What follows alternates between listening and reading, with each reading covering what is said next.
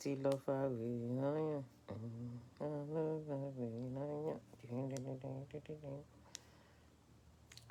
Ilé ìtún gba skill. Ilé ìtún loud. Ó tún kọjá rádaràda. Yíò. Ta tún láwọn ilé. Àwọn ilé ìtún gba skill.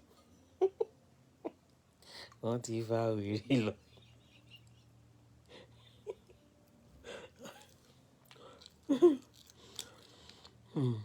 Ẹjọ́ ta ló fa wèrè lọ́yàn. Wọ́n ti fa wèrè lọ́yàn. Mi gbọ́dọ̀ má play ilé lálẹ́.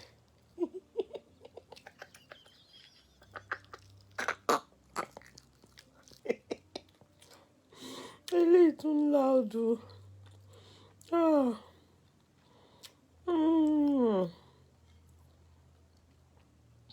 Oh my God. I have to play this one. You people will enjoy this one. Oh more. Oh loud bàjẹ́.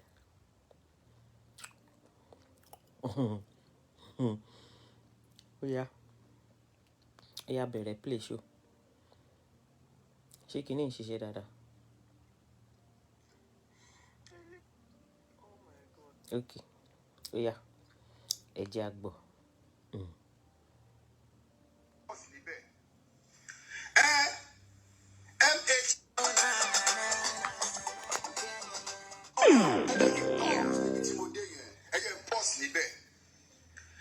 Láti ìbẹ̀rẹ̀ ẹ connect speaker mi mọ́ kìíní. Mo gbọ́dọ̀ gbọ́ dáadáa. Àní dáhùn. Ilé loud. Kí ló kọ̀ wọ́n pè? Yá connect mọ́. What's this one called? Jam.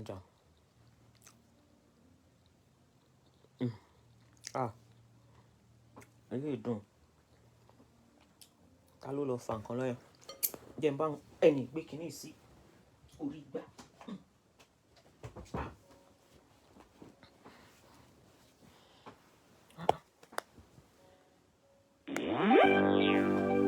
Mi gbọ́dọ̀ rí nǹkan tó dùn tó báyìí kí n má play. Má kọjá mi olùgbàlà. Yóò. Ó yá.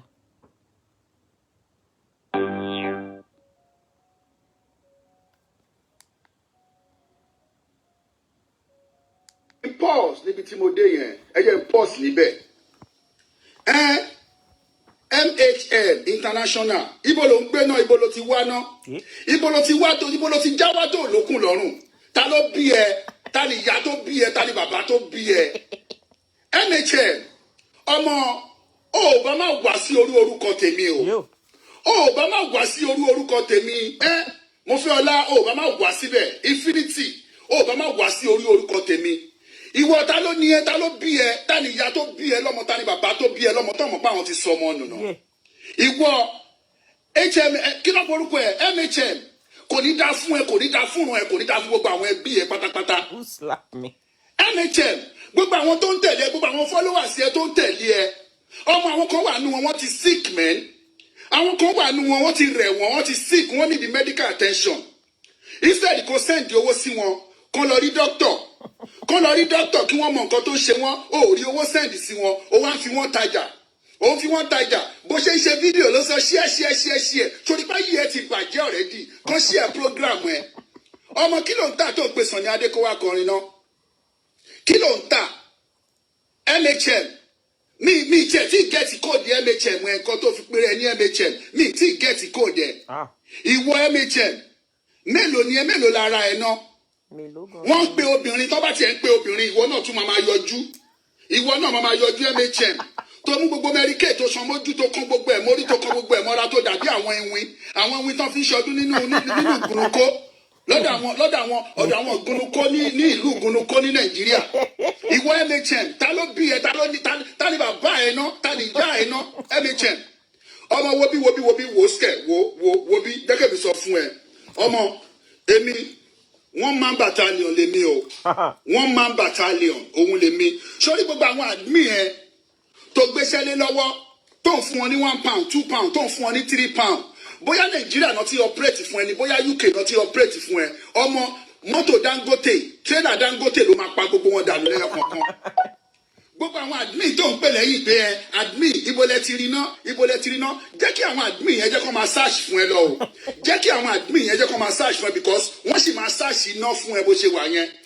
nígbà tí wọ́n ń bè mí léèrè pé ta lè lè ṣe bí mi ní bọ́ sẹ́ǹdì sí mi lórí WhatsApp jẹ́jẹ́ mi mo délé máa ń lo oúnjẹ àwọn ẹran ni mo máa ń kóríṣiríṣi ẹ̀fọ́ jẹ àtẹran wọ́n sì sẹ́ndì kínní sí mi mo sì gbọ́ mo rò pé eléyìí tún lágbára èrò wá lè mí tẹ̀m̀bí pé Dorkas who is this èmi ò mọ bọ́dá yìí yóò dáa fún yín lọ́pọ̀lọpọ̀ mò ń gbádùn ṣó yín sà àwọn ò kì í búrú yín báyìí àwọn àmọ́ lógo yín mò ń gbádùn yín yóò dáa fún yín ṣó yín dùn yín gan o ẹ̀yẹ sáà máa jù sẹ́mi lórí WhatsApp èmi ò mọ̀ bá yín play ẹ̀ lórí bí ọlọ́run. àwọn admin yẹn wọ́n sì máa ṣáàṣì ẹ̀wọ̀n fún ẹ bó ṣe wà yẹn àwọn admin yẹn wọ́n sì máa ṣáàṣì kòtò ayé wọ́n máa ṣáàṣì ẹ̀ fún ẹ ìwọ elébi MHM ibo ló ti wá ná who is your father who is your mother ìwọ wá ń wo picture tèmi wò ó wo picture tèmi ó wo picture tèmi ṣé mi fẹ́ fi irú ẹ ṣé irú ẹ náà máa ń sọ lágbo ni ṣé wọ́n máa ń fẹ́ irú ẹ ni tí wọ́n bá ní ọkọ nílé tó bá ní ọkọ nílé tí ọkọ ẹ gangan fúnra rẹ̀ tó bá jẹ́ pé ó gbọ́rọ̀ sí ẹ lẹ́nu àbí wọ́n gbọ́rọ̀ sọ́kọ ẹ lẹ́nu ó ò ní máa ṣe wọ́nranwọ̀nran tó ń ṣe yẹn ó ò ní máa ṣe wọ́nran because ó ń ṣe wọ́nranwọ̀nran ẹ̀yin admin HMM àbí kílẹ̀ porúkọ ẹ tètè jáde sí ẹ̀yin admin ẹ jáde because ẹ máa wo fídíò eléyìí náà o part 1 lélẹ́yìí èmi àti ẹ MHM part 1 lélẹ́yìí because èmi ò rán yàrá ìyá èmi ò rán bàbá alákùbà bá ẹ bó ṣe wà yẹn èmi ò wá tajà lórí Instagram lórí Facebook nígbà tí èmi ṣe fídíò lánàá. ó ti ṣẹlẹ̀ o. gbogbo èyìnbó tó sọ pé èmi ń sọ èyìnbó mi ó ń yọ síra wọn jọ́ntì ọlọ́run ṣé mo lọ ṣe interview lọ́dọ̀ Dangote ni àbí mo lọ ṣe interview lọ́dọ̀ Jídé Mọ̀mọ́dù àbí mo lọ ṣe interview ní MTN tí mo máa fi jókòó comfortably tí mo máa fi máa sọ òyìnbó jọ́ntì ọlọ́run ṣó gbọ́n ṣá ṣó wà ṣó normal ṣá ṣó normal MHM àbí kí lorúkọ ẹ ṣó normal ṣá ó normal because London tó wà ń bẹ̀ yẹn iṣẹ́ ò ká ẹ lára tíṣẹ́ bá ká ẹ lára ni ìwọ ò ní jókòó tẹ́tẹ́rẹ́ kó wọnú. ẹ jẹ́ káwa máa rẹ́rìn ká máa gbádùn ṣó nǹkan sẹ́ǹdì sí wa là ń gbádùn ẹ jẹ́ káwa máa rẹ́rìn ká máa gbádùn ṣó eléyìí tún láàdó ga ọ. bathroom kó lọ fọ fùrọ̀ wèrè ẹ kó lọ fọ òbò ṣí ẹ òkú ẹ ṣó normal ṣá ó normal because London tó wà ń bẹ̀ yẹn iṣẹ́ ò ká ẹ lára tíṣẹ́ bá ká ẹ lára ni ìwọ ò ní jókòó tẹ́tẹ́rẹ́ kó wọnú bathroom kó lọ fọ fùrọ̀ wèrè ẹ kó lọ fọ òbò ṣí ẹ òbò ẹ tó rùn yẹn kó lọ fọ tó bá ti fọ tó ti fálọ̀mù fọ kó wọ gádùn sí kó wọ gbogbo ẹ tó bá bí bàbá ẹ rè ìwọ MHM dìde dúró lórí live video ẹ dìde dúró kó bọ́ gbogbo aṣọ ẹ báyìí kó bọ́ kó jẹ́ kán rí gbogbo ọyàn ẹ tó wọ̀ bọ́ gbogbo aṣọ ẹ kó jẹ́ kán rí. wàhálà ti wà o. kí ló fi yàtọ̀ sí Nkechi kí ló fi yàtọ̀ sí Nkechi ṣó òun fọ́ ni wọ́n bí ìyá ẹ̀rẹ́ bó ṣe wà ìwọ MHM ibo ló ti wá tó lọ́kùn lọ́rùn ta ni bàbá ẹ̀ ta ni ìyá ẹ̀ MHM ó bá ti jókòó ẹ̀ jẹ́jẹ́ kó rọra máa ṣe live video ẹ̀ kó máa rọra máa tajà kó máa má àwọn múgùn ẹ̀ tó fi ń tajà kó máa fi wọ́n tajà èmi kọ́ ló máa fi tajà mí tè. ẹ bá wa ṣó lọ́ọ̀fù sí ọ̀nkú tó ń sọ̀rọ̀ yìí wọ́n ṣe ṣó ni àwa dẹ̀ ń gbádùn ṣó wọn ẹ ṣó lọ́ọ̀fù sọ̀nkú yìí ṣó yìí dùn gan èmi ò mọ wọn èmi náà ṣe rí wọn ni wọ́n sẹ́ǹdì ẹ̀ sí mi ní o. ẹ mọ̀ pé wọn náà sọ lálẹ́ àná tí mo wà ń bíṣẹ́ tó ń pè ní pé ẹ lo Infinity lọ́wọ́ live video kan ọmọ live video yèyé oge tó glamour ni mo lọ ń wo màmá yẹn kàn jókòó jẹ́jẹ́ ó ṣe normal tiẹ̀ ni yèyé oge tó glamorous ọmọ ó ṣe normal ẹ̀ mo ti ń fọ́lù ẹ̀ tipẹ́tipẹ́ èmi ò rí wọ́n fọ́lù ẹ̀ kí worú nǹkan tí wọ́n ń ṣe kí worú wèrè tó ń ṣe kí worú tó tù ń pa so o máa lọ pick àwọn information lórí internet o máa lọ pick òun ló máa fi ṣe live video mọ́tò ló máa pa ẹ́ bó ṣe wà yẹn because tí wọ́n bá wà responsible tó bá wà responsible gẹ́gẹ́ bí wọ́n ṣe ń sọ pé ṣẹ́mi wà responsible ọmọ wọn bí ẹrẹ o ò ní máa ṣe gbogbo wèrè tó ń ṣe yẹn tó bá tún wá rí ìyàwó tèmi tún fẹ́ sílé, ìyàwó tí mo fẹ́ tó bímọ fún mi, wọn ò bí ẹrẹ. Ìwọ báwo, ìwọ tó dàbí pọ́ọ̀tù tó fi ń ṣe sẹ̀mó, pọ́ọ̀tù tó fi ń ṣe kùnú yẹn, ìwọ máa. Who slapped me? Who slapped me? Hey, oh loud oh.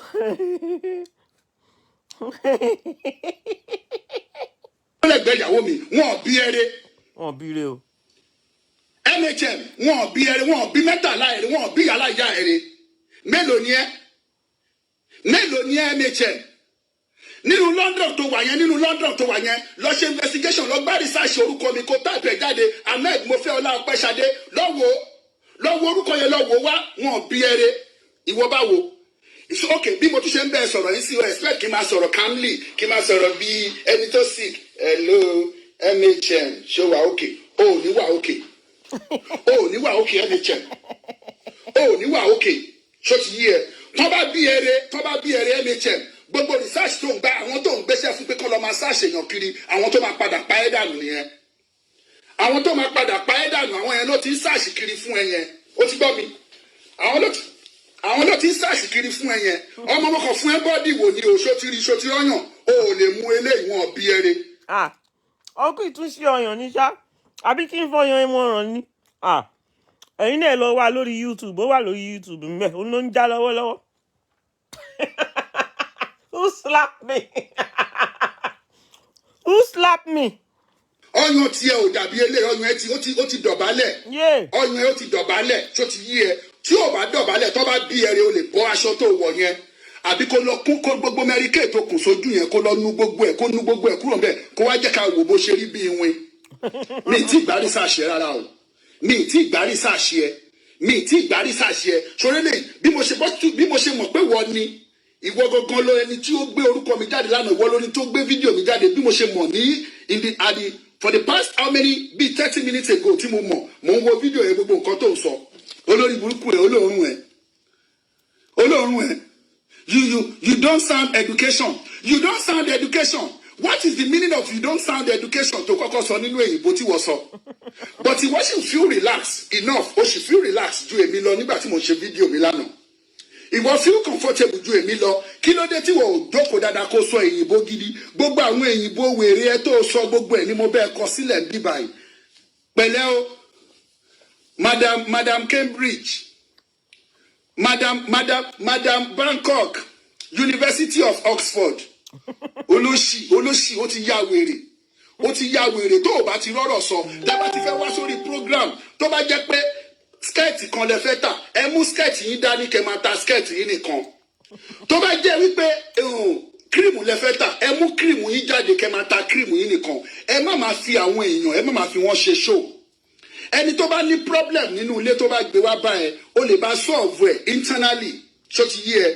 O lè bá solve ẹ internally. Èmi ò ní problem kankan, ṣó ti yé ẹ? Tí mo sọ pé kó wá bá mi máa solve. Tó fi wá jókòó lánàá tó ò ríṣẹ́ ṣe, tó ò rí topic tó máa ṣe. Àwọn admin yẹn tó jẹ́ pé mọ́tò ló máa pa gbogbo wọn dànù. Àwọn admin tó kó síbẹ̀ tó jẹ́ pé wọn ò níṣẹ́ méjì tó ṣe. Táwọn admin yẹn bá wà okay ni. Àwọn admin tó sọ yẹn tí wọ́n bá wà okay ni. Kò ń ṣerú ẹ ni wọ́n máa jókòó sínú ilé, ìwọ olóòórùn. Ẹ jọ̀ọ́ ẹ bá mi share show yìí. Ẹ bá mi share show yìí. Ẹ bá mi share show yìí o. A rí lórí igbá ni o. Eléyìí tún lẹ́tí kẹ́ o. Ó ga o. Àwọn ìyá tó ń tata ní Òṣòdì, tó ń tata ní Mùṣin, wọ́n fáyìn jù ẹ lọ. Àwọn ìyá tó ń ta magí nínú ọjà Òṣòdì, wọ́n fáyìn jù ẹ lọ. Olórí burúkú ẹ̀ torí pé o ti wá sí London sìn. O ti wá sí London, mi ìmọ̀jọ́ tó wọ London. Mi ìmọ̀ ìgbà tó dé, mi ìmọ̀ immigration tó lu visa ẹlẹ́nu bodè pé kó wọlé. Mi ò mọ immigration tó lu visa ẹ because ó wà disgusting gan seriously. Àhóga o. Bó dẹ̀ ṣe wà yẹn, gbogbo ara ẹ máa rùn, ó máa ní body odor, mo mọ̀ pé ó máa ní body odor. Oríṣiríṣi spray ló máa ní nínú ilé tó máa kọ́kọ́ máa tẹ̀ sára kó tó di pé ó jáde. Olórí burúkú wèrè. Ayé mi tèmi bá mi o. MHM sọ mí ní MHM ẹ̀yẹn kí n gbọ́ MHM international nǹkan tó ń ta o. Bóyá òun ta body ni òun ta body part ni kò jẹ́ kán gbọ́. ṣó ti yẹ bóyá òun ta body part ni NHM ẹ èmi máa ṣẹ̀ṣẹ̀ lọ gbá research ẹ̀ ń sìn máa ṣẹ̀ṣẹ̀ lọ wo research ẹ̀ ṣọ́rọ́ orúkọ tèmi tó ń wá orúkọ family name tèmi tó ń wá máa wulẹ̀ lọ jìnnà orúkọ tèmi ni Ahmed Mofeola Ọpẹ́ṣadé. ẹ jọ kí lorúkọ ń pín ibo ni mo ti lè rí wọn lórí Facebook ẹ jọ mo fẹ́ lọ follow wọn ni ẹ jọ nítorí Ọlọ́run ta ló mọ orúkọ ń pín lórí Facebook ẹ jọ níbo mo ti lè rí wọn ọ̀nkú mo gbádùn yín gan wà láìtàlà ẹ lẹ́nu pa ẹ mọ̀yàn gan ṣó yìí láòdù bàjẹ́. orúkọ mi nìyẹn ìwọ kàn píkì orúkọ mẹ́tẹ̀ẹ̀ta yẹn kó kàn píkì ẹ̀ orúkọ tiẹ̀ mo fẹ́ kó sọ fún ni orúkọ ẹ̀ mo fẹ́ kó sọ fún mi tó bá ti wá sórí live video kó sọ fún mo ti set notification lé ẹ lórí nsìn mo ti set notification lé ẹ lórí so tó bá ti ráyè tó bá ti wá sórí live video kó kọ́kọ́ sọ fún ni ẹ ẹlẹ́nu rúrùn ẹ̀yin náà ni ẹ̀yin tó yẹ pé lórí burúkú yín lẹ́kọ̀ọ́ kó tó di pé ẹ wá sí England bíbá amọ̀rú yín bí apalọ̀ lẹ́ máa lọ jókòó sí ẹ máa lọ jókòó sí bí apalọ̀ ni ibẹ̀ lẹ́ máa jókòó sí ọkọ̀ ò lè sọ̀rọ̀ kẹgbọ́n àti Nàìjíríà lẹ̀ ti gbọ́ràn sọ́kọ lẹ́nu títí tẹ fi dé bíbá yìí ẹ tún dé bíbá yìí náà ẹ tún gbọ́ràn sọ́kọ lẹ́nu náà ni ẹ tún gbọ́ràn sọ́kọ lẹ́nu ìlú òyìnbó ti là yín lójú ẹ ti dé ìlú òyìnbó tán ẹ ti bẹ̀rẹ̀ sí ṣe balabala ẹ ń ṣe bolobolo àbí bẹ́ẹ̀ kọ́ ẹ ti ń ṣe balabala ẹ ń ṣe belobolo ìwọ MHM yìí ó ní kú rẹ bó ṣe wà yẹn ṣọpọ̀nà ló máa pa ẹ bó ṣe wà yẹn ṣọpọ̀nà ló máa pa ẹ gbogbo nǹkan tó fi mí wé lórí fídíò ẹ lórí live video ẹ lánàá ṣọpọ̀nà ló máa pa ẹ ìwọ àtàwọn admin ẹ tẹjọ́ ń pìkì àwọn èèyàn kiri ṣọpọ̀nà ló jọ máa pa gbogbo yín papọ̀ ṣẹwàá àwọn followers ẹ àwọn ẹlẹ́nu nínú àwọn pátá kan èrò kan tí wọ́n line up jọ síbẹ̀ táwọn náà kọ́mẹ́ǹtì tán fi àjásà sí wo bí. ẹ̀yin tó dún ẹrẹ́rìn who slap me ẹ kàn máa ní who slap me ẹ̀yin tó dún ẹrẹ́rìn who slap me.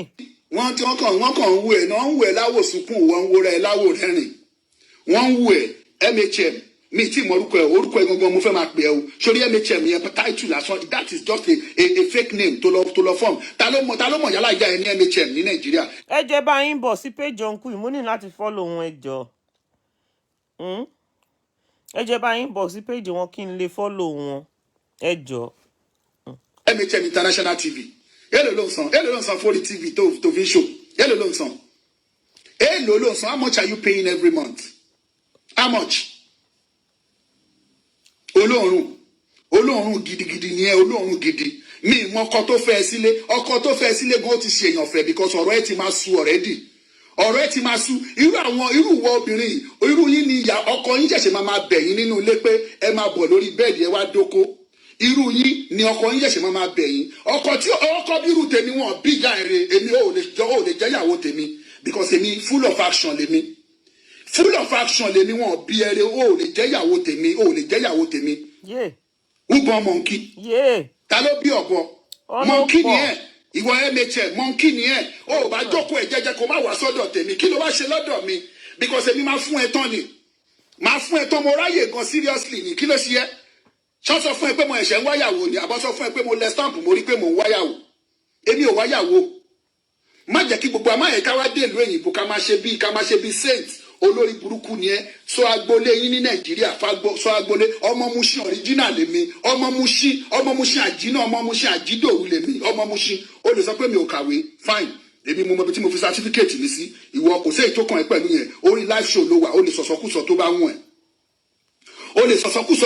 ẹ́ ìwọ ló ní life mi ni mi ìbá máa kàwé mi ìbá kàwé kò sí èyí tó kàn ẹ́ bóyá mo lọ primary school bóyá mo lọ secondary bóyá mo lọ higher institution kò sí èyí tó kàn ẹ́ kí ló kàn tiẹ̀ ibo ni ìwọ sọ bí tó lọ kó jẹ́ ká gbọ́ MHM international cream producer MHM international enlargement ṣó ti yẹ ìwọ sọ bí tó lọ olóòórùn olóṣì wèrè ìwọ tá yí ẹ ti rún dànù sórí máyèké mi kúrò fún ẹ fídíò eléyìí ó máa gba fídíò yẹn ó máa gba nísinsìnyí mo kàn fẹ́ sáré ṣe just ordinary 5 minutes mo fẹ́ ṣe fún ẹ òun ló ń wò lọ́wọ́lọ́wọ́ yìí o ṣó ti yẹ sórí èmi náà á lọ gbá rìsáàṣì ẹ tó bá tó bẹ́ẹ̀ jẹ́ ká jọ máa sọ secret ara wa jẹ́ ká jọ máa sọ jáde lórí social media báyìí jẹ́ ká jọ máa sọ èmi ti sọ orúkọ tèmi Ahmed Mofeola Ọpẹ́ṣadé yes Mushin náà bí mi sí Mushin ni mo dàgbà sí ṣó ń gbọ́ mi ibẹ̀ mo ti lọ primary school secondary school then mo lọ sí Ìbàdàn Poly ṣó ti yẹ mo dẹ̀ lọ sí Lasco Tech ọmọ ìwọ jáde kó sọ gbogbo ibi tí ìwọ lọ ìwọ sọ gbogbo ibi tó lọ ìwọ kan jáde kó sọ gbogbo ibi tó lọ, kó ṣàlàyé gbogbo ibi tó lọ. Ọmọ èmi ò ní àìdí pé mi ò kí sọmọ Mushin. Wọ́n bí èmi sí Festac, wọ́n dẹ̀ bí mi sí Magodo. Mushin náà bí mi sí. Ṣé o gbọ́ mi? Mushin.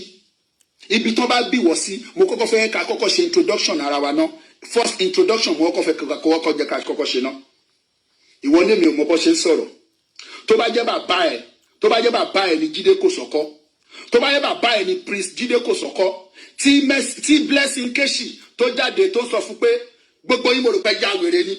Mo ń bọ̀ fún yín gbogbo yín mo rò pé ya wèrè ni. So wàá jókòó wàá gbé àmàlà síwájú wàá gbé ọbẹ̀ wàá bu ọbẹ̀ láàsì wàá máa jẹ. Sorípa yìí ẹ ti rún dànù. Sorípa yìí ẹ ti bàjẹ́. Ìwọ tó wá ń sọ̀rọ̀ ó sọ̀rọ̀ lọ ó ní nínú industry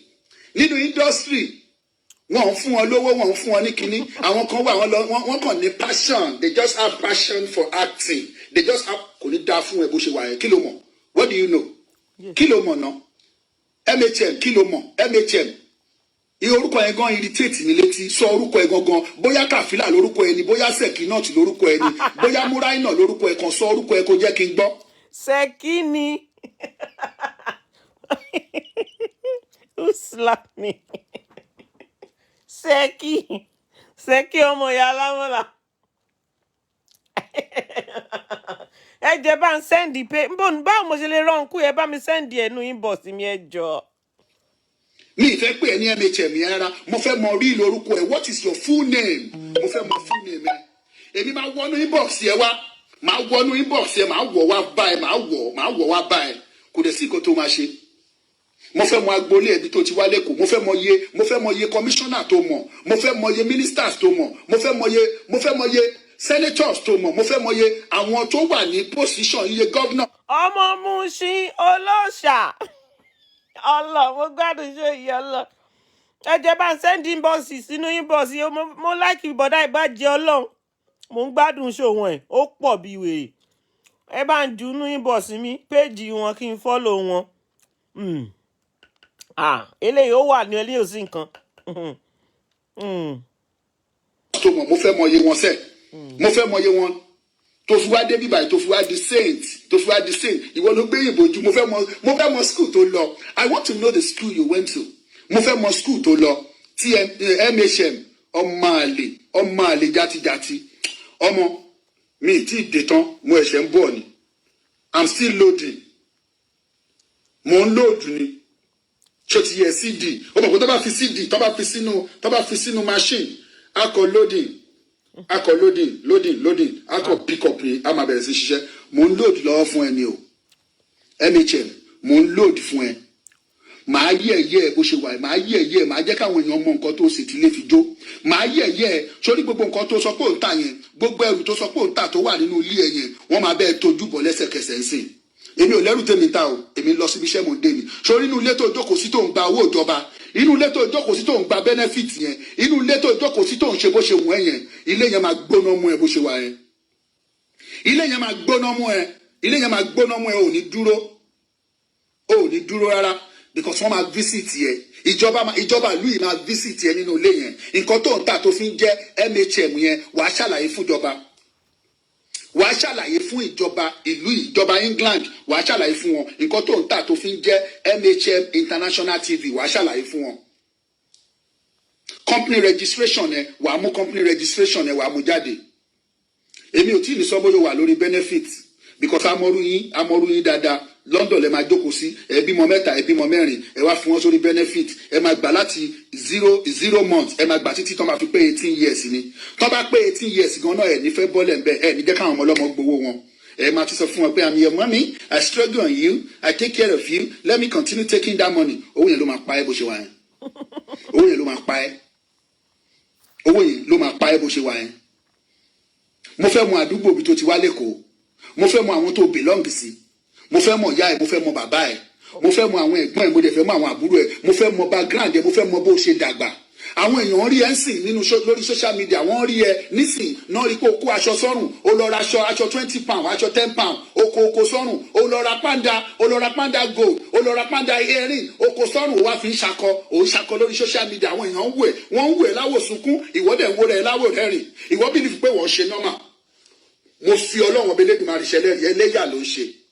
mo ń gbọ́ admin ibo lẹ ti lọ rí ẹni iná admin àwọn admin yẹn ṣáwọn admin yẹn wà òkè ní ṣá èlò ni wọ́n ń gbà sálárì màá san sálárì àwọn admin yẹn màá san sálárì wọn lẹ́yọ kọ̀ọ̀kan admin tó máa lò bó ṣe wà yìí admin nàìjíríà ló ń lò ó lo admin uk rárá àwọn admin tó máa fún ní 10,000 naira lóṣù tó máa fún ní 20,000 naira lóṣù àwọn admin tó ń lò nìyẹn ó lè lo admin nínú uk bíbá yìí má fọ́ rárá má fakọ sí i àmọ́ bó ṣe ń lọ gbogbo wa jọ wá sí bíbá yàjọ ọrọ̀ ajé làjọ wá ṣe ń bì ọrọ̀ ajé làjọ wá ṣe ń bíbá yìí má fọ́ rárá má fọ́ MHM má fọ́ rárá ọmọ Pàṣọ ni ọmọ Òṣùpá ni ẹ́ ọmọ Wàsíù Àyìndé ni ẹ́ so gbogbo orin yẹn làjọ ń gbọ́ má fọ́ rárá má fi ẹ̀fẹ̀ sí rárá má ṣe bíi pé sẹ́ǹtì ni ẹ́ má ṣe bíi pé bóyá o tuntun ju bó ṣe wà ẹ́ lọ ìwọ báwo ta ló mọ̀ yálà ìyá ẹ̀ rí ta ni bàbá ẹ̀ ta ni ìyá ẹ̀ má tún sọ bẹ́ẹ̀ fún ẹ because torí kí ni mo sọ èmi sì sọ̀rọ̀ lórí nǹkan tí Nkechi Blessing tó ṣe tó fẹ́ máa rí àwọn àgbàlagbà fín òun lèmi sọ̀rọ̀ lé lórí tí wọ́n fi jáde tó fi ṣe ẹnu ẹrùn your mouth is stinking your mouth is dirty ẹnu ẹ òórùn seriously mi ì lè sùn tiẹ mi ì lè sùn pẹ̀lú ẹ lórí bed wàláì mi ì lè sùn títí lè máa fi mọ́ because inú máa bí mi ni inú máa bí mi ni mo mọ àwọn ọmọ tí mò ń sùn tì tí bá fẹ́ sùn tì ọmọ inú máa bí mi ni bó ṣe wà yẹn ìwọ sọ pé mi wo Blessing èmi wò dáadáa mo wo ṣéèpù ẹ ò sí nínú class mi rárá ṣéèpù Blessing ò sí nínú class mi ṣéèpù Blessing is out of my class gbogbo ọkùnrin ló ní kíláàsì tiẹ̀ ṣòro pọ́kọ oríṣi ọkùnrin ló gbogbo ọkùnrin ló máa jẹjẹkújẹ ni ṣé o gbọ́ ọkùnrin ló máa tóbìnrin bá ti sanra jù tó bá ti sanra jù tó ti sanra jù ọmọ ẹ̀mí ò rí ya ẹ̀mí rí ẹ tó bá kàn lọ sanra jù wàá dórí bẹ́ẹ̀ wàá máa jẹ́ kémi máa struggle wàá máa jẹ́ kémi máa struggle ṣé gbogbo mọ́ọ̀sù tí mo ní ṣọ́ ní pé kí n máa fi gbé irin lórí bẹ́ẹ̀dì ni ọmọ mo fẹ́ tàn ẹ kó yí lẹ́sẹ̀kẹsẹ̀ ṣó ti yí ẹ then tó bá fẹ́ lọ gbá history mi wò ọmọ mo tún máa ń láì kóbìnrin kó lọ́mú kọ́mú yẹn kó tíìkì gan síbẹ̀ kò ń ṣọmú tó ti rébọ́ o kò ń ṣe tó ti rébọ́ dànù tó rébọ́ o ó ti gbọ́ mi ó ti gbàgbọ́ tí mo sọ kó lè mọ́rú taste tèmi because taste tèmi high gan ṣó ti yí ẹ mo lè má fọ́ọ̀mù lẹ́kọ̀ọ́ ńgbà tí mo wà lẹ́kọ̀ọ́ tẹ́lẹ̀tẹ́lẹ̀ o láti èkó dẹ̀kẹ̀dẹ̀ yìí mo ti láìkì ọmú tẹ́lẹ̀tẹ́lẹ̀ tó o bá mọ̀ mo láìkì ọmú gan kò wá ń ṣerú bí ọmú Nkechi yẹn kò ń ṣerú ọmú Nkechi yẹn lèmi máa láìkì ọmú Nkechi wàláì tán bá mú 100 naira sílẹ̀ tán gbé Nkechi sílẹ̀ màá mú 100 naira yẹn màá mú kúrò bẹ́ẹ̀ màá dẹ̀ máa lọ Nkechi máa dúró síbẹ̀.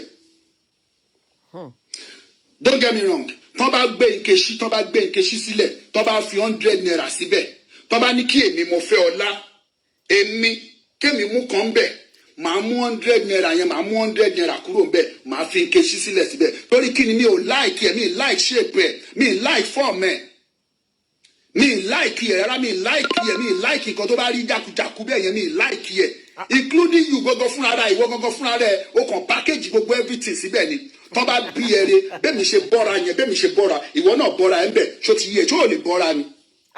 ọ̀nkú ẹ fẹ́ dá wàhálà alẹ́ bọ́ra báwo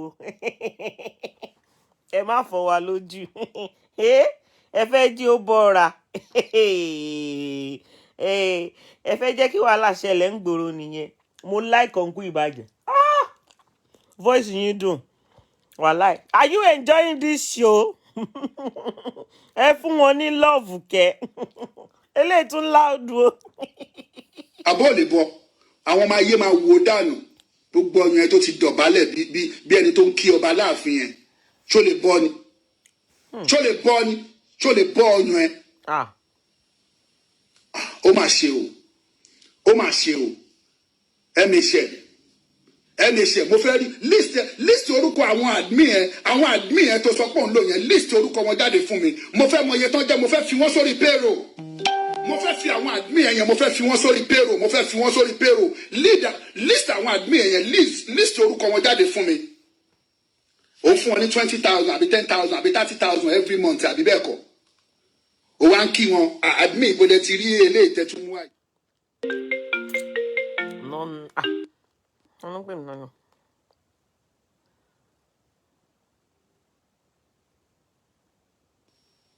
ó wá ń kí wọn admin ìbọdẹ ti rí eléyìí tẹ́tún mú àyè admin ṣọ́rẹ́ yẹn admin yẹn ọlọ́run ọba ò ní jẹ́ ṣí kọ̀ǹpútà tẹ̀ ọlọ́run ọba ò ní jẹ́ ṣí social media wá káàkiri because eléyìí tẹ́ lọ wá fọ̀gá yín ẹ ti wá wàhálà fún o eléyìí tẹ lọ wá fún ọ̀gá yín HMH ó máa sùn lọ́wọ́ báyìí sí olóòórùn ẹ̀ máa sùn lọ́wọ́ báyìí ó máa sùn tó bá jí tẹ bá ti rí lórí social media gbogbo yín máa tún pariwo MHM tún dé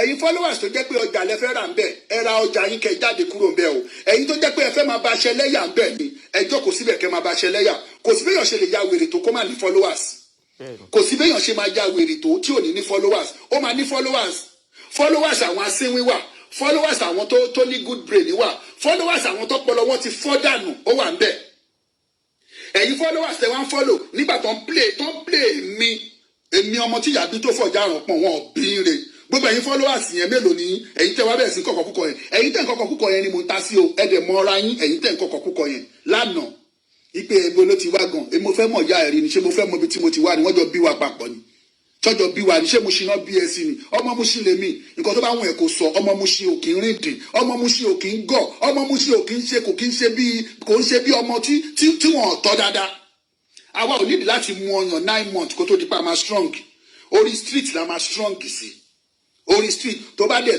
lọ sí Mushin kó mú picture mi dání kó lọ bèrè picture mi wọ́n á sọ bí èmi ṣe jẹ́ fún ẹ tó bá tún wá ṣọ́ra tó bá tún wọ àdúgbò mi ni mo sọ fún ẹ tó bá dé àdúgbò mi ní Ìyálà Tádéyọ̀ wọ́n máa pa ẹ́ dànù sẹ́ tó bá débẹ̀ tó bá mọ bó ṣe máa bèrè bìkọ́ tó bá ti rí ẹ lásán ti mọ orí èèyàn tó jẹ́ tó bá mọ bó ṣe máa bèrè wọ́n máa mú ẹ tó bá dẹ̀ ti mú ẹ lásán nǹkan tó wá ṣe ń bẹ̀ wá ṣàlàyé ṣó wá dògùn sílẹ̀ ni àṣọ ń fọ́ ni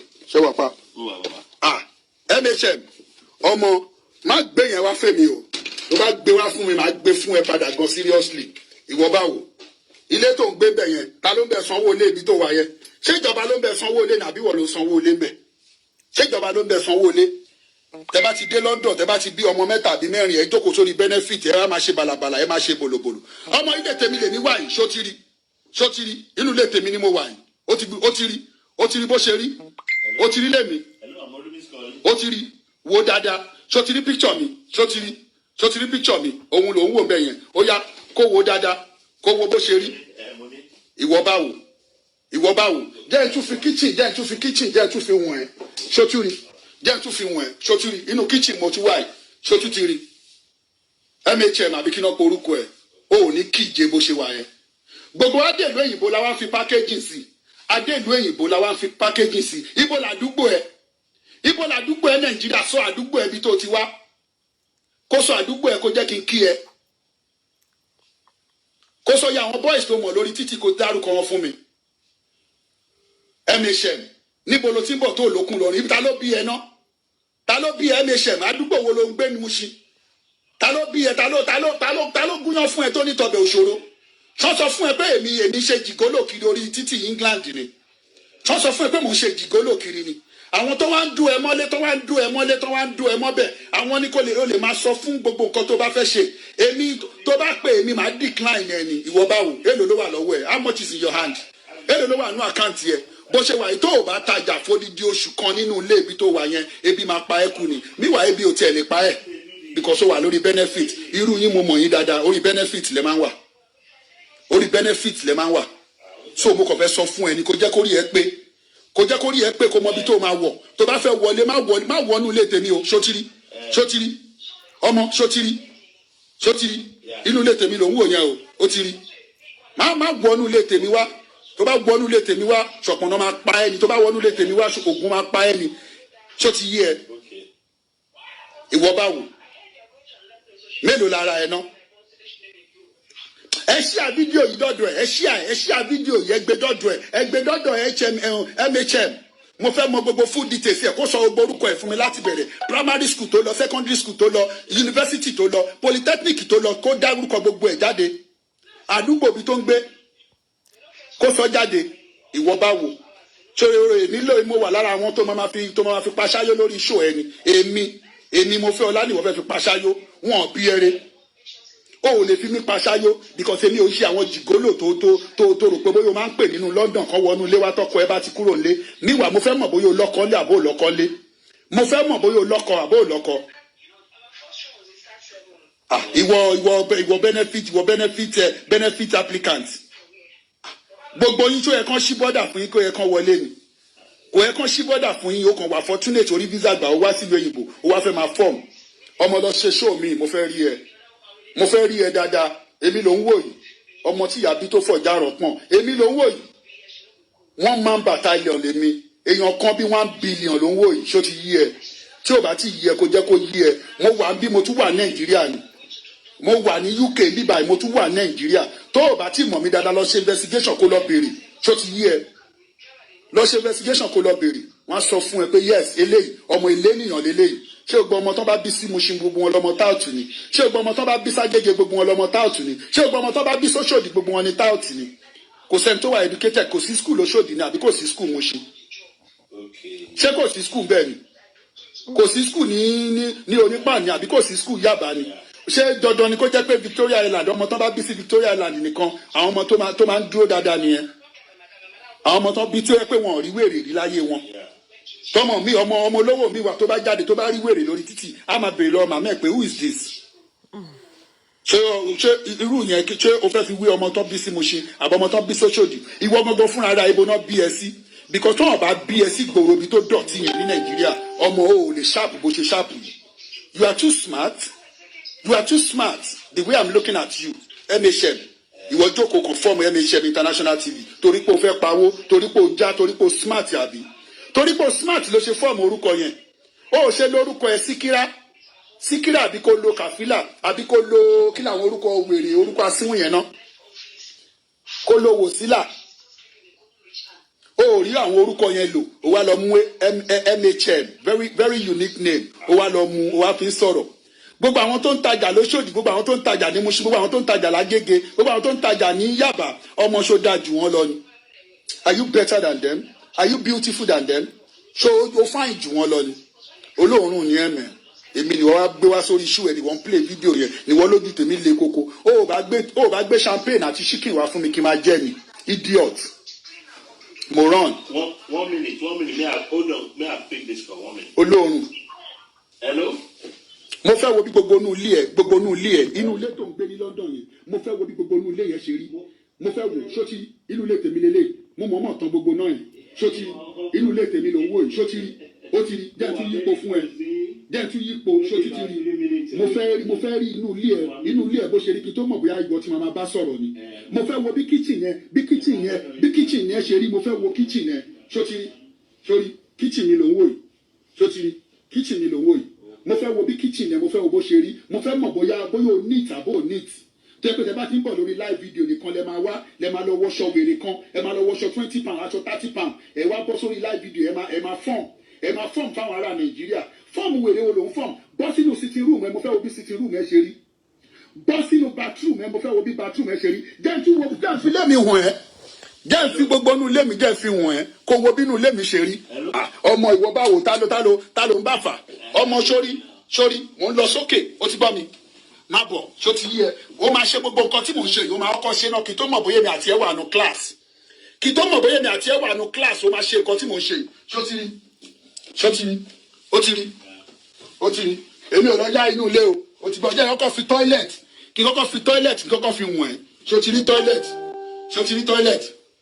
toilet lélẹ̀ yìí ó ti rí bó ṣe rí kò sí ìkankan nílẹ̀ o ṣó ti rí sórí toilet ṣó ti rí ó ti rí sórí bí toilet ṣe rí mo ti jáde kúrò ní toilet mo fẹ́ wọnú bathroom ṣó ti yí ẹ inú bathroom ló tún wò yìí ṣó ti rí bathroom ló ń wò yìí ìyàwó tèmi ò ṣolóorun bíi tiẹ̀ ṣó ti rí bathroom ṣó ti rí ibi tó ti ń fọyín ṣó ti rí gbogbo nǹkan tí mò ń ṣe gbogbo ẹ̀ ló máa ṣe o tó bá ti wá sórí live video gbogbo ẹ̀ ló máa ṣe kí n tó mọ̀ bóyá class kan náà lèmi àti ẹjọ́ wà á lè jọ wà ní class ó ti rí bathroom yẹn ṣó ti rí bó ṣe rí ṣó rí bó ṣe neat jẹ́ ìgbé sílẹ̀ fún ẹ kó wo dáadáa ṣó ti rí irú iná máa ní pé kẹ́ clean ilé lọ́kọ yín máa bá yín sọ̀rọ̀ pé bathroom dọ̀tí ẹ̀ ní time láti lọ clean bathroom yẹn yàrá àwọn ọmọ mi mo fẹ́ wọ̀ yìí kò ṣe pé mi ti sáré lọ tidy ẹ̀ up o sórí yàrá àwọn ọmọ mi ṣó ti rí sórí bẹ́ẹ̀dì wọn mo fẹ́ wo ibi táwọn ọmọ ẹ̀ ń sùn mo fẹ́ wo ibi táwọn ọmọ ẹ̀ ń sùn ṣó ti rí sórí tv tó wà ní yàrá àwọn ọmọ mi ṣó ti rí tv wọn eléyìí ṣe pé bẹ́ẹ̀ mò ń brag o mo fẹ́ mọ orí èèyàn tó jẹ́ lásán ni o mo kàn fẹ́ mọ orí èèyàn tó jẹ́ MSM mo fẹ́ mọ̀ ṣòtìrí yàrá àwọn ọmọ mi ṣòtìrí bẹ́ẹ̀dì wọn sórí well tidy ṣòtìrí mo fẹ́ rí bẹ́ẹ̀dì táwọn ọmọ ẹ̀ ń sùn mo fẹ́ rí o ti gẹ̀ tiẹ̀ wardrobe wọn nìyẹn ó ti rí mo fẹ́ rí kó gbé jáde fún mi kí tó mọ orú nǹkan tí màá bá ẹ fà ó ti gbọ́ mi mo fẹ́ rí ṣòtì yẹ yàrá kan tó kù tù lélẹ̀ yàrá àwọn ọmọ mi tù lélẹ̀ ṣòtìrí yàrá wọn look at their rooms look at another room for my kids ṣòtìrí bí yàrá yẹn ṣe rí ṣòtìrí ibi tó bá dọ̀tí ndẹ̀ mo fẹ́ kó ṣó gbogbo yàrá ẹ báyìí ni o kó ṣó gbogbo yàrá ẹ mo fẹ́ rí gbogbo yàrá ẹ kí tó mọ̀ bóyá èmi àti àwa ní the same level ọmọ Mushin lèmi o ọmọ Mushin tó sán gan tó bá wọ Mushin tó bá ti gbé picture mi dání wọ́n máa mú ẹ dání ní straight ṣòtìrí get here now mo ń lọ sínú master bedroom gangan ló wá wáyìí ṣòrí master bedroom mi ṣòtìrí room torí yàrá tèmi ń sùn ṣòtìrí yàrá tí mò ń sùn ṣòtìrí MSM ṣòtìrí mo fẹ́ rí full ilé ẹ̀ bí ilé ẹ̀ ṣe rí mo fẹ́ rí full ilé ẹ̀ ó ti gbọ́ mi mo fẹ́ rí ó ti rí ṣòtìrí wardrobe yẹn ṣòtìrí gbogbo ẹ̀ ṣe wẹ̀ well tidy èmi ò fẹ́ olóòórùn bíi tiẹ̀ mi ìfẹ́ MHM mi ìfẹ́ mi ìlè toast yẹ bó ṣe wà yìí because gbogbo abẹ́ ẹ̀ máa rùn ni ṣó ti yí ẹ mi ìlè toast yẹ ó ti yí ẹ ṣó ti rí nǹkan tó wà níbà ó ti rí ṣó ti rí ọmọ àwọn ọmọ pé mo ráyè bí mo ṣe ń wò mí yìí o ó mọ o mo fẹ́ ṣí wardrobe ìyàwó mi mo fẹ́ ṣí fún ẹni o. Ó ga o.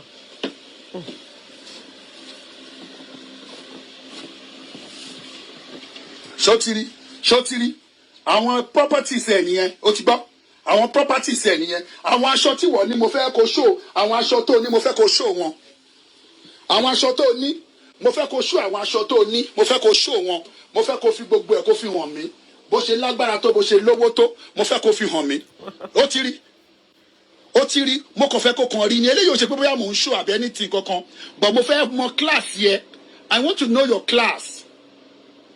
I just want to know your class. Mo fẹ́ wò bóyá mi àti ẹ jọ wà ní the same class. Mo fẹ́ mọ̀ bóyá mi àti ẹ bóyá jọ wà ní the same class. A lè jọ wà ní the same class náà. Ṣó ti yẹ a lè jọ wà ń bẹ̀. Because bó ṣe wà yìí, irú yìí bẹ̀ ṣe wà yìí. Ní class. Before you go again, ṣó ti rí. Ibi tí mò ń sùn nìyẹn. O ti gbọ́? Ibi tí mò ń sùn, òun ló ń wò yẹn.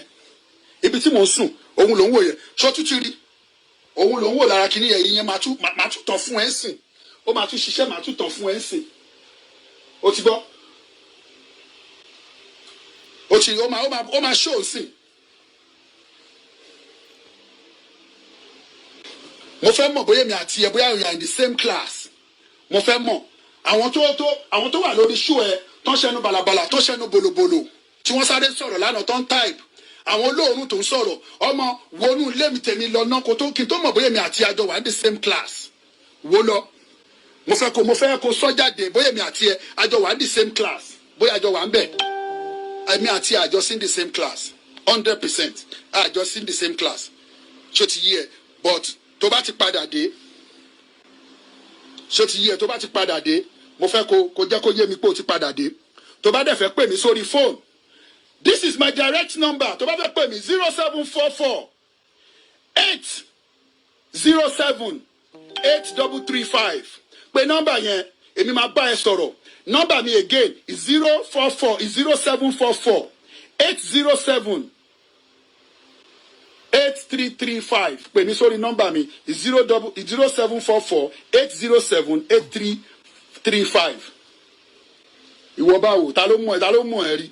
Ṣé wọ́n sọ fún ẹ pé mi ò wà responsible ọmọ ògbóró jọ ní gbogbo wa ọmọ ògbóró tẹ́bá ti rẹ́ni tó ń ṣe nǹkan tí ò dáa ẹ jẹ́ kájọ fẹnu panupọ̀ kájọ bá onítọ̀hún wí tó bá yẹ bá ẹ ní Jídé Kòsọ́kọ́ Nkechi Blessing àbẹ́ni kankan lóun fẹ́ bú bàbá ẹ̀ ṣá lóun fẹ́ bú bàbá ẹ̀ ìwọ máa lè játijàti ìwọ MHM yẹn ìwọ bọ́ sórí kíní ìwọ figure out èmi kí lórí sọ ló pa mi kí lórí sọ èmi ti sọ bẹ́ẹ̀ mi ṣe jẹ́ fún ẹ ọmọ Mushin lèmi èmi ò ní láti sọ fún ẹ pé mi ń gbé lájà àbí mo ń gbé Lẹ́kì ibi tẹ́mi gbé ni mo sọ fún ẹ adé London ní gbogbo abẹ́rẹ́ sí fi packaging sí idiot ni ẹ mẹ́ idiot ni ẹ you are completely idiot ni ẹ serious idiot ta ló mọ ẹ rí ilé mi ló ti wò yẹn o ilé mi ló ti wò yẹn o lè má lọ opportunity láti wò mọ́ for the rest of your life tó o bá ti tún lé ẹ ṣe lọ tún lé ẹ ṣe tó o bá ti náwó sí lọ náwó sí lé ẹ kó wá show lé ẹ kó jẹ́ kájọ bẹ̀rẹ̀ kájọ show tó ti yẹ kó ń ṣe mọ́tò lásán náà fi ń show kò dìgbà tó bá lọ gbé mọ́tò jáde kó lọ gbé mọ́tò 2021 ta ló rí rí ẹ lò mo fẹ́ wọlé tó ń gbé I want to see your house ibi tó ti máa ń ṣe show yẹn nìkan náà ti máa ń rí ẹ let's see your bedroom let's see your kitchen let's see your bathroom let's see your kids room jẹ́ ká wo yàrá àwọn ọmọ ẹ bó ṣe rí jẹ́ ká wo wardrobe wọn bó ṣe rí bóyá wardrobe yẹn bóyá ó ní lárí àbí kò ní lárí idiot jẹ́ ń wo bathroom ẹ bó ṣe rí ìwọ olóòórùn òṣì olóòórùn ló wá jáde ìwọ sọ̀rọ̀ pé ẹnìkan ṣe èyìnbó jọ́tún ọlọ́run èyìnbó tí mò ń sọ bẹ̀ yẹn èyìnbó yẹn mò ń ṣe interview ni tí mo fi ń sọ èyìnbó bẹ̀ yẹn dá mi lóhùn ṣé mò ń ṣe interview ẹni tó jókòó dáadáa gan tó ń ṣe interview gan ó sì ń gbé èyìnbó síra wọn ká má ti wá sọ ẹni tí ò ṣe interview tó ń bínú mò ń sọ̀rọ̀ èmi tẹ̀ tún try ó yá ìwọ tó bá bí ẹrẹ MHM ìwọ kan bọ́ sórí live video ẹ kọ̀ọ̀kan ìwà lórí live video kó dẹ̀ máa sọ èyìnbó for good 20 minutes kó bọ́ sórí live video ẹ kó máa sọ èyìnbó for good 20 minutes bọ́ sórí live video ẹ kó lọ máa kó sọ èyìnbó for good 20 minutes èèyàn bú bàbá oníbàbà ó sọ fún mi pé kìnnìkan ó sọ fún mi pé kí ló sì sọnà ọmọ àlè ní irú ilẹ̀ máa fi àwọn òbí olóbì lẹ̀ máa fi wọ́n ta yín ó wá ní mò ń bú yẹ mò ń bú bàbẹ́ mi ṣe ní bú yẹ mi bú bàbẹ́ because mo fi Prince Jídé Kòsọ́kọ́ mo fi sípò bàbá tèmi ni tí mi bá fi sípò bàbá tèmi mi ní jáde rárá kò kàn mí òun náà lẹ ṣe títí ilé ayé yín fi bàjẹ́ dànù ọmọ mo retí reply ẹ mo ráyè dànù tó bá jí mi lórúkọ wà lórí live video lásán máa wọlé wá bá ẹ tó bá jí mi lọ́sàn máa wọlé wá bá ẹ tó bá jí mi lálẹ́ máa wọlé wá bá ẹ ìwọ báwo MHM kọ́ loot MHM ni ọmọ àlè wá bírun òṣì ta ló mọ̀ ya mo fẹ́ mọ̀ ẹ́ I want to know you mo fẹ́ mọ̀ bí tó ti wá lẹ́kọ̀ọ́ MHM mo fẹ́ mọ̀ ẹ́ I want to know you very well I want to know you come out for me idiot lunatic you are completely lunatic o ti gbọ́ kó gbé dictionary kó pé àwọn admin yẹn kó wo èyìnbó tó ń jẹ́ lunatic o ti gbọ́ ní kán gbé èyìnbó kán wo èyìnbó tó ń jẹ́ lunatic MHM or whatever is your name you are a completely lunatic.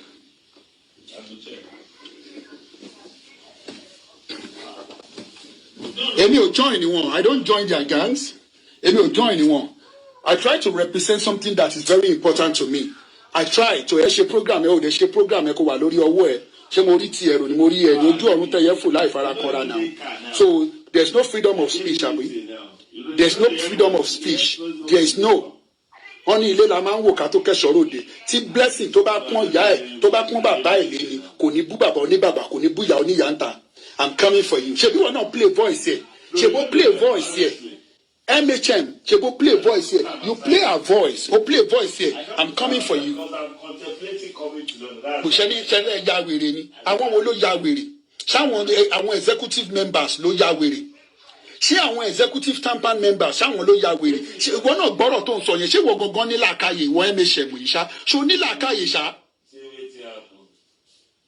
Ṣó ní làákàyè MHM ṣó ní làákàyè ó ní làákàyè because ìwọ náà ìró kan pátá kan ní ẹ̀ náà mo tiẹ̀ fẹ́ rí ṣèpù ẹ̀ but me are looking at you Mary Kay ló kàn ṣan mójú bí ẹni tó fẹ́ lọ ṣòkú àná ẹ̀ ṣó ti yẹ Mary Kay ló kàn ṣan mójú because o belong you are not o belong rárá mélòó lára ẹ̀ o belong now o belong. Wọ́n dé ìlú òyìnbó wá fi package sí o bẹ̀rẹ̀ sí package gbogbo everything. MHM ẹ lọ wo MHM ẹ lọ wò ó lóòrùn ni ẹni kó ṣó yín gbogbo yàrá ẹ̀ kó tó di pé ó máa ṣe bẹ̀rẹ̀ sí live video ẹni kó ṣó gbogbo yàrá ẹ̀ kó ṣó ẹ̀ bẹ́ẹ̀ mi ṣe ṣó gbogbo yàrá mi kó ṣó gbogbo everything. Can you just imagine first time you are hearing about MHM ta ni MHM ta ló mọ̀ yàrá ìyá ẹ̀ rí ta ló mọ̀ ẹ̀ rí gan náà ta ló mọ̀ ẹ̀ rí gbogbo àwọn followers ẹ̀ tó ń follow ẹ̀ wọ́n kàn ń follow ẹ̀ torí pé kí ni ìmí ti wà frustrated ìmí wà ibi tó ṣàmọ́ ti máa rí nǹkan wò ló ń wá káàkiri ibi tó ti máa rí nǹkan wò ló máa wá káàkiri torí ẹ̀ tó bá ti bọ́ sórí tó bá ṣe kúrò lọ́dọ̀ tiẹ̀ abọ́sọ̀dọ̀ ẹ̀sà board tó bá kúrò lọ́sẹ̀dọ̀ ẹ̀sà board abọ́sọ̀dọ̀ ẹ̀sà mad tó bá kúrò lọ́dọ̀ ẹ̀sà board àtúbọ́sọ̀dọ̀ kìnnì kan àti máa bọ́ bẹ̀ sí káàkiri wàá ṣe live video dòru can you just imagine ìyàwó lé ọkọ ẹ̀ dẹ̀ wà lórí bẹ́ẹ̀dì ó ń dúró díẹ̀ kó fẹ́ dóbò ọkọ ẹ̀ wà lórí bẹ́ẹ̀dì ó ń dúró díẹ̀ ìwọ ń ṣe live video can you see yourself shame on you wọ́n ṣe live video ọkọ ẹ̀ wà lórí bẹ́ẹ̀dì ó ń dúró díẹ̀ pé kó máa bọ̀ I'm doing like ẹ pọ̀ dáadáa ní abroad ẹ pọ̀ you are so many ẹ̀yin lè máa ń control ẹ̀yin lè máa ń pàṣẹ nínú ilé ẹ̀yin lè máa ń pàṣẹ ọmọ tí ó bá ń ṣe pé mo ní àlejò bí mo ṣe ń bá ẹ sọ̀rọ̀ yìí ọmọ máa finish ẹ fódìdí 2 hours ọmọ wàá wo fídíò ẹ báyìí omi wọn máa bọ́ lójú ẹ báyìí ni omi wọn máa bọ́ lójú ẹ báyìí ni pé rántí ibi tó ti ń bọ̀ wá láti Nàìjíríà rántí ìgbà tí wọ́n bí ẹni kékeré àwọn tẹ́jọ́ ṣe kékeré mú wọn jáde àwọn tẹ́jọ́ ṣe kékeré mo fẹ́ mọ impact tó ti take nínú life wọn àwọn tẹ́jọ́ ṣe kékeré irú yín lẹ máa ń sá lórí fóònù tí wọ́n máa pè yín tẹ̀ ní gbé kọ̀ ẹ máa ní ọmọ ẹ̀gbọ́n dádì yín ní ọmọ ẹ̀gbọ́n mọ́mì yín ni ṣáyé ayé ẹ̀ ló wá ayé ẹ̀kọ́ ló wá Ọlọ́run ṣàánú wọ ló gbé wá sílùú òyìnbó wàá máa ṣàkó òṣì àwọn set ń keṣí blessing ìwọ sọ̀rọ̀ pé àwọn ẹlòmíín ní passion fún kinní kan wọ́n máa lò wọ́n máa ṣe kinní kan tó bá ní passion fún fíìmù tó bá ní ìwọ ò ní láti máa béèrè owó mọ́tò lọ́wọ́ wọn àbówó epo lọ́wọ́ wọn kó tó kúrò location tó bá ti yàtọ̀ ìwọ kan kúrò bẹ́ẹ̀ kó máa lọ ni tí ó bá kí n ṣe torí owó yẹn ló ṣe ń lọ síbẹ̀ wàá ní ìwọ kúrò ní Kétu o kúrò lójòdù o kúrò ní Kòròdú o kúrò nígbà o kúrò ní kinní kan wọ́n fún ẹ 40,000 àwọn ẹlòmíín máa wà láti bíi 5 years náà máa ti ń ṣiṣẹ́ yẹn wọ́n máa ti fún wọn ní 5 kọ́bọ̀ wọn máa ti fún wọn ní 5 kọ́bọ̀ àwọn kankan ló package ẹ débi tó dé yẹn Nkechi àwọn kankan ló package ẹ débẹ̀ ni ó wá fẹ́. Good evening sir uncle Remi àbí good morning Denny ṣó yìí dùn. tí ẹ fẹ́ fi kó bá MHM wọn náà fẹ́ fi tiẹ̀ kó fẹ́ fi kó bá Nkechi pátá kan ìró kan ẹ ti sọ di uniform ẹ lọ fọ o èyí ní pátá rúnrún idiot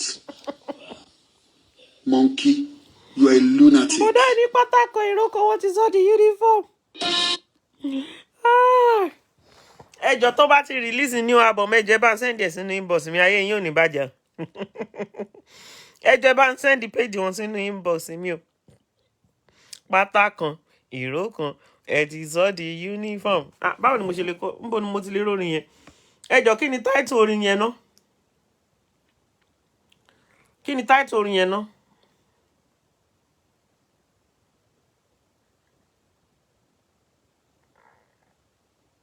Okay, jẹ́ mo bóyá onílé. Pàrọ̀ nínú yín máa ń dùn, ìrọ̀lẹ́ lẹ máa ń wẹ̀, alẹ́ lẹ máa ń fàn, weekend lẹ máa ń tà. Tẹ́ bá dé pàrọ̀ nínú yín máa pátá kan lọ́sẹ̀ kan, ẹ ti sọ di uniform. Pátá kan lọ́sẹ̀ kan, ẹ ti sọ di uniform. Ṣé ti ṣe ojú mi ló gbó, òbò mi yóò gbó. Ṣé ti ṣe ojú tó gbó ṣe òbò ti bàjẹ́ ló bá dé kò ṣèdí bọ́lọ̀bọ̀lọ̀ ṣèdí bọ́lọ̀bọ̀lọ̀. Pàrọ̀ nínú yín máa ń dùn, ìrọ̀lẹ́ lẹ máa ń wẹ̀, alẹ́ lẹ máa ń fàn, weekend lẹ máa ń tà. Tẹ́ bá dé pàrọ̀ nínú yín máa pátá kan lọ́sẹ̀ kan, ẹ ti sọ di uniform. Pátá kan lọ́sẹ̀ kan, ẹ ti sọ di uniform. Ṣé ti ṣe ojú mi ló gbó, òbò mi yóò gbó. Ṣé ti ṣe ojú tó bọ́lọ̀bọ̀lọ̀ ṣèdí bọ́lọ̀bọ̀lọ̀ dípò ṣèdí gbàgbà tó yá ṣèdí bọ́lọ̀bọ̀lọ̀ ṣèdí bọ́lọ̀bọ̀lọ̀. ó ga o jẹ́ n tún gbọ́ lẹ́ẹ̀kan. Pàrọ̀ nínú yín máa ń dùn, ìrọ̀lẹ́ lẹ máa ń wẹ̀, alẹ́ lẹ máa ń fàn, weekend lẹ máa ń tà. Tẹ́ bá dé pàrọ̀ nínú yín máa pátá kan lọ́sẹ̀ kan, ẹ ti sọ di uniform. Pátá kan lọ́sẹ̀ kan, ẹ ti sọ di uniform. Ṣé ti ṣe ojú mi ló gbó, òbò mi yóò gbó. Ṣé ti ṣe ojú tó gbó ṣe òbò ti bàjẹ́ ló bá dé kò ṣèdí bọ́lọ̀bọ̀lọ̀ ṣèdí bọ́lọ̀bọ̀lọ̀ ṣèdí bọ́lọ̀bọ̀lọ̀ dípò ṣèdí gbàgbà tó yá ṣèdí bọ́lọ̀bọ̀lọ̀ ṣèdí. Ọlọ́run alẹ́ ìdùn ìrọ̀ òdà anyway mo ti fẹ́ lọ sùn á dẹ̀ máa pàdé lọ́dọ̀ mi ọ̀dẹ̀ rí ó dàárọ̀ ẹ̀yin náà ẹ mọ̀ ṣe kí ni ẹ mọ̀ túnú lé sí o ó dàbọ̀ mo ń lọ sùn bye.